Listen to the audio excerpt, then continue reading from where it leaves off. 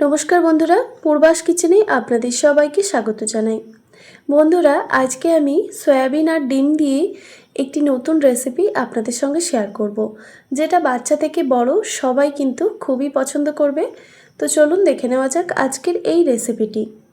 Soybean আর ডিমের recipe বানানোর জন্য প্রথমে আমি একটি কড়াইতে জল গরম করতে বসিয়ে দিয়েছিলাম। এবার জলটা একটু গরম হয়ে আসলে এখানে আমি 1 কাপ মতো সয়াবিন নিয়েছি। এবার এই সয়াবিনগুলোকে এই জলের মধ্যে দিয়ে দিলাম। এরপর সামান্য পরিমাণে নুন দিয়ে এটাকে খুব ভালোভাবে সেদ্ধ করে নেব। প্রায় 2 থেকে 3 মিনিট সময় নিয়ে গ্যাসের ফ্লেমটা হাই রেখে সয়াবিনগুলোকে সেদ্ধ করে নিতে হবে।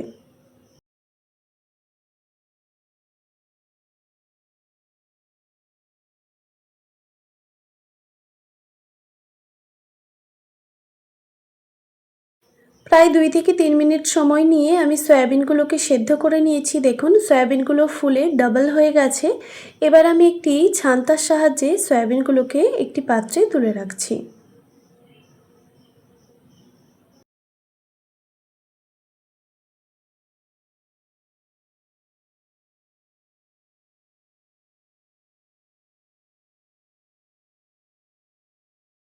তো এবার আমি সয়াবিনগুলোকে 2 থেকে 3 বার জল পাল্টে পরিষ্কার করে ধুয়ে নেব। তো সয়াবিনগুলো পরিষ্কার করে 2 থেকে 3 বার জল পাল্টে ধুয়ে নিয়েছি। এবার আমি এই সয়াবিনের ভেতরে যে এক্সট্রা জলটা আছে সেটা কিন্তু এইভাবে হাত দিয়ে চেপে চেপে বের করে নেব। তারপর একটি পাত্রে আমি রেখে দিচ্ছি। তো এই কাজটা কিন্তু অবশ্যই করতে হবে, না হলে কিন্তু এই রেসিপির মধ্যে যে মশলাটা আমি ব্যবহার করব সেই মশলাটা কিন্তু সয়াবিনের মধ্যে একদমই ঢুকবে না।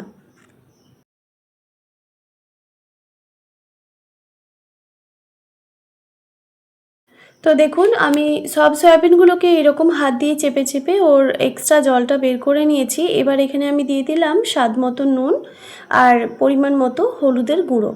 খুবই সামান্য পরিমাণে এখানে আমি হলুদের গুঁড়ো ব্যবহার করেছি। এবার এই নুন আর হলুদটাকে খুব ভালোভাবে সয়াবিনের মধ্যে মেখে নিতে হবে।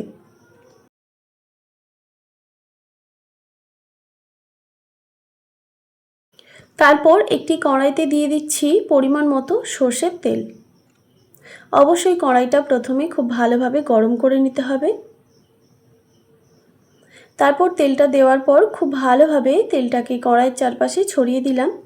এবার দেখুন, এখানে আমি যে দুটো ডিম ব্যবহার করেছি সেই দুটো ডিম একটি বাটির মধ্যে ভেঙে নিয়েছিলাম। এবার ডিমগুলো দিয়ে দিলাম। এবার ডিমগুলোকে ঠিক যেইভাবে আমরা ভুজিয়া বানাই সেইভাবেই কিন্তু ভেজে নিতে হবে। আর ডিমগুলো ভাজার সময় অবশ্যই স্বাদমতো নুন দিয়ে দিতে হবে। আর গ্যাসের ফ্লেমটা লো টু মিডিয়ামে রেখে ডিমগুলোকে ভেজে নিতে হবে। তো বন্ধুরা, এখানে আমি দিয়ে দিলাম স্বাদমতো নুন।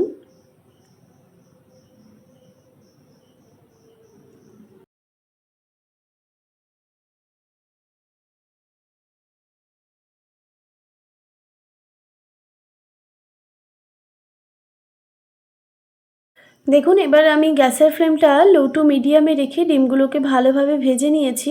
তো ভাজা হয়ে গেছে। এবার আমি এইগুলোকে একটি পাত্রে তুলে রাখছি। তারপর ওই কড়াইতে আবারও কিছুটা পরিমাণে সর্ষের তেল অ্যাড করলাম। আমি পুরো রান্নাটাই আজকে সর্ষের তেলেই করছি। এরপর তেলটাকে খুব ভালোভাবে গরম করে নিয়ে সয়াবিনগুলোকে যে আমি আগে থেকে ম্যারিনেট করে রেখেছিলাম নুন আর হলুদ দিয়ে, সেই সয়াবিনগুলোকে এখানে ভেজে নিতে হবে।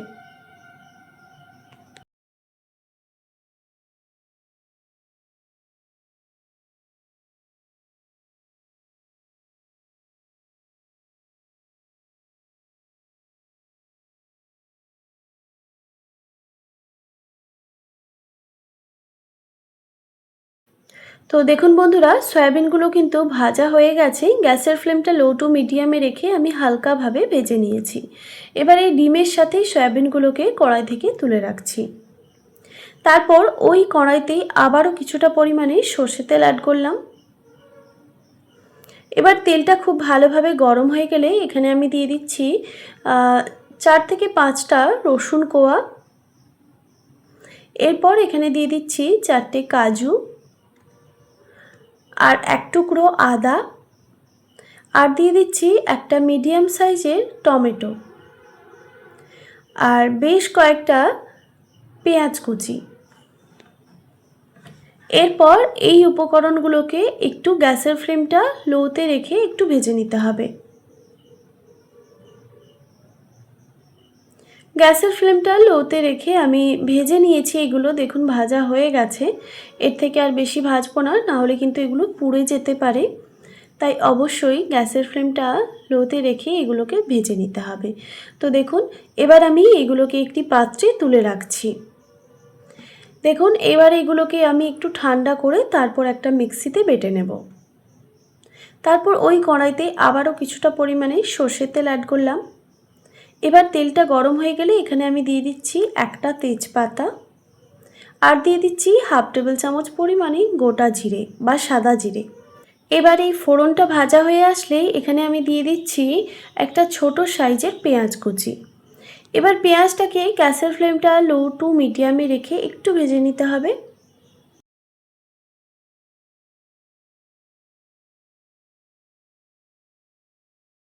তো দেখুন বন্ধুরা, গ্যাসের ফ্লেমটা লো টু মিডিয়ামে রেখে পেঁয়াজটাকে আমি হালকা ব্রাউন কালার করে ভেজে নিয়েছি। এবার যে আমি মিক্সিতে মশলাটা বেটে রেখেছিলাম সেই মশলাটা এখানে দেব। তো এবার দেখুন মিক্সির মগ ধোয়া সামান্য পরিমাণে জলও অ্যাড করলাম। এবার এই মশলাটাকে খুব ভালোভাবে কষিয়ে নিতে হবে গ্যাসের ফ্লেমটা লো টু মিডিয়ামে রেখে। আর বন্ধুরা এই সময় আমি কিছু গুঁড়ো মশলা অ্যাড করছি। দিয়ে দিলাম স্বাদ মতো নুন, আর দিয়ে দিচ্ছি হলুদের গুঁড়ো। আর কিন্তু কোনো রকম গুঁড়ো মশলা এখানে ব্যবহার করব না। এবার গ্যাসের ফ্লেমটা লো টু মিডিয়ামে রেখে মশলাটাকে ভালোভাবে কষিয়ে নিতে হবে। বন্ধুরা এখানে আমি দিয়ে দিচ্ছি কালারের জন্য হাফ টেবিল চামচ পরিমাণে কাশ্মীরি লঙ্কার গুঁড়ো। এটা ঝাল নয়, কিন্তু কালারটা অসাধারণ আসবে। আপনারা চাইলে দিতে পারেন, না চাইলে স্কিপ করতে পারেন। এরপর দেখুন এই মশলার সঙ্গে খুব ভালো করে মিশিয়ে নিতে হবে, আর একটু মশলাটা কষিয়ে নিতে হবে। এরপর এখানে আমি দিয়ে দিচ্ছি ঝালের জন্য 4টে কাঁচা লঙ্কা। আমি কাঁচা লঙ্কাগুলো একটু গোটায় রেখেছি। এরপর মশলাটাকে আবারও হাতে সময় নিয়ে একটু কষিয়ে নিতে হবে গ্যাসের ফ্লেমটা লো টু মিডিয়ামে রেখে। খেয়াল রাখবেন মশলা যত ভালো কষানো হবে রান্নার টেস্ট ততটাই ভালো আসবে। তো দেখুন বন্ধুরা, গ্যাসের ফ্লেমটা লো টু মিডিয়ামে রেখে আমি মশলাটাকে ভালোভাবে কষিয়ে নিয়েছি। দেখুন মশলার থেকে কাঁচা গন্ধটা কিন্তু একদমই চলে গেছে, আর মশলাটা পারফেক্টভাবে কষানো হয়ে গেছে, আপনারা দেখেই বুঝতে পারছেন। এবার এখানে আমি ভেজে রাখা ডিম আর সয়াবিন একসঙ্গে দিয়ে দিলাম। তারপর খুব ভালোভাবে মশলার সঙ্গে মিক্স করে নিতে হবে।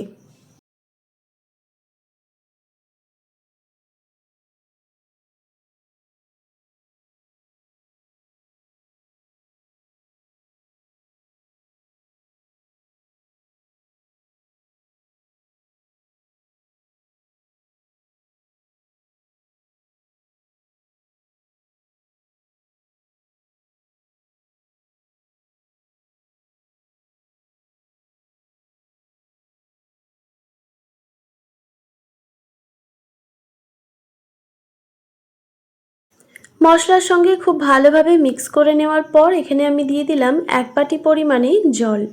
এই রান্নাতে খুব বেশি জলের প্রয়োজন পড়ে না। এরপর জলটা দেওয়ার পর খুব ভালোভাবে আবারও নাড়াচাড়া করে নিতে হবে। এবার আমি গ্যাসের ফ্লেমটা হাই করে দিয়েছি, জলটা যাতে তাড়াতাড়ি ফুটে আসে।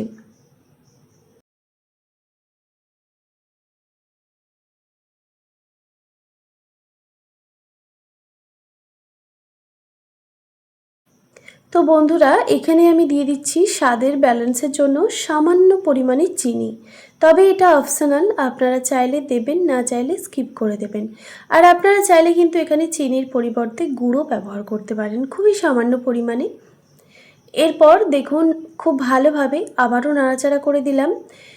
তো জলটা ফুটে আসার পরে গ্যাসের ফ্লেমটা একদম লোতে রেখে আরও কিছুক্ষণ এটাকে রান্না করে নেব। গ্যাসের ফ্লেমটা একদম লোতে রেখে আরও কিছুক্ষণ রান্না করে নিয়েছি। দেখুন আমাদের রেসিপি কিন্তু একদম রেডি। খুবই সাধারণ একটি রেসিপি আর খেতে দুর্দান্ত হয়।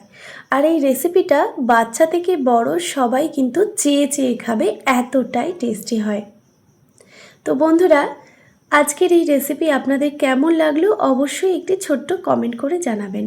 এবার এই রেসিপিটা আমি গরম গরম পরিবেশন করব রুটির সঙ্গে। তবে আপনারা চাইলে ভাত কিংবা রুটি, পরোটা যেটাই আপনাদের পছন্দ সেটা দিয়েই আপনারা এটাকে পরিবেশন করতে পারেন। তো দেখুন বন্ধুরা, দেখতে কতটা লোভনীয় হয়েছে, খেতেও কিন্তু অসম্ভব টেস্টি হয়। আশা করি আজকের এই রেসিপি আপনাদের ভালো লেগেছে। ভালো লেগে থাকলে অবশ্যই একটি like, comment, share and subscribe করে দেবেন।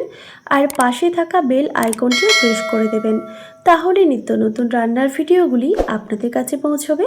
ভালো থাকবেন, সুস্থ থাকবেন। দেখা হচ্ছে নতুন কোনো রেসিপি নিয়ে। আর এতক্ষণ আমার সঙ্গে থাকার জন্য আপনাদের সবাইকে অনেক অনেক ধন্যবাদ।